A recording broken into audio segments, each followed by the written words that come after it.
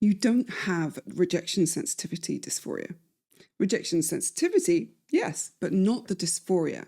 It's a made-up term by one psychiatrist, and when RSD wasn't accepted into the DSM-5 and the academic journals refused to print him, he seems to have just decided, who needs evidence, and started talking about it publicly, with authority and credibility, as though it was a proven fact on platforms where people like us would hear him. And because he's very respected and his job title is very significant, his term was accepted. Largely, it seems, without question. But I get why. It explains something that a lot of people who have been constantly criticised, judged, shamed, and humiliated just for the way they exist in the world experience: a hypervigilance to rejection.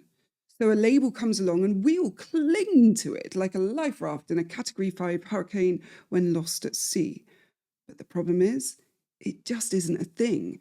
And the bigger problem is that William Dodson, the evidence-dodging psychiatrist, makes a couple of claims that are very, very dangerous and frankly, just not true. He claims that RSD is innate, that you're born with it, you can't change it, and that 98% of people with ADHD have it. A statistic based entirely on his own client group without even a whiff of a control sample.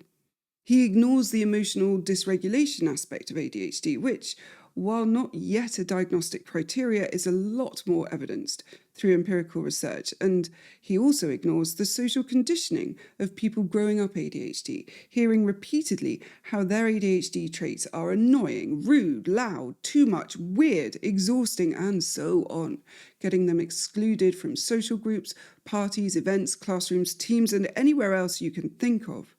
So they learn, naturally, to be hyper-aware of it, hyper-alert to the signs rejections might be coming.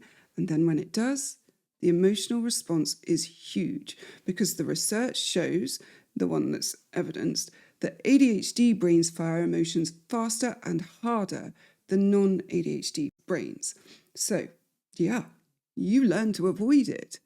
And the thing that angers me the most about his position is the claim it's innate. He literally claims therapy won't help it.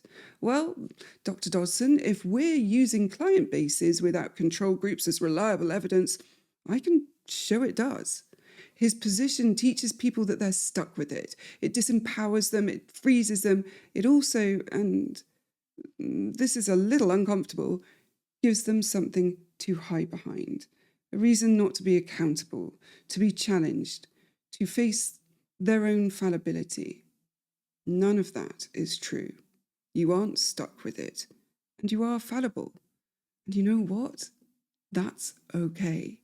You see, the thing is, if you learned it, you can unlearn it. Maybe not overnight, and maybe it'll be hard and painful, but it can be done by doing what Dodson hasn't: collecting data, proving to your brain that the sky doesn't fall when someone decides you're not their cup of tea, or you make a mistake, or you weren't invited to the party.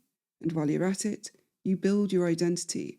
Because once you know who you are in a concrete, absolute way, you stop using other people's yardsticks to measure yourself. But that's a whole different video.